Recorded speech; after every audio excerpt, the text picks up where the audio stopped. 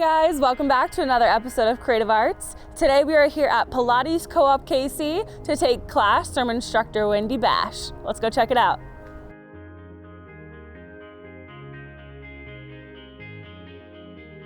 I'm Wendy Bash, and I'm the owner and co-owner of Pilates Co-op KC.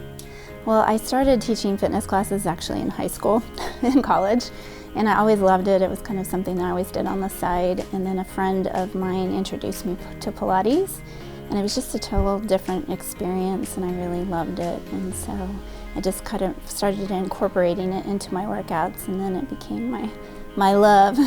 One of the things that I tell people, and I actually learned myself, is that when you're tired of beating yourself up at the gym, you kind of seek out Pilates.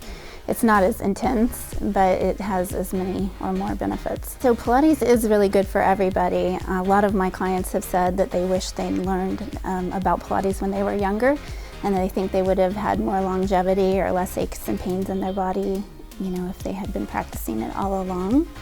But, it's great for anybody. I work with athletes, I work with people in their 80s, I work with mostly middle-aged women. That's my majority of my clients, but it can really benefit anybody for a variety of reasons. Well, I think the number one thing for all of us is just to practice self-compassion, especially in this time right now. There's so much, isolation that's going on, but as long as we try to not be too hard on ourselves, and I'm always encouraging my clients, don't be too hard on yourself. Have that growth mindset. Work on getting better, not being the best. So that's one of my number one things. In addition to nutrition, sleeping well, some supplements. When it comes to the Pilates Reformer, my favorite is feet in straps, and we have a little joke here where I even made some t-shirts that say, "I'm just here for feet in straps." So it's super fun. We love it. Out of any time of the day, what is your favorite time to work out?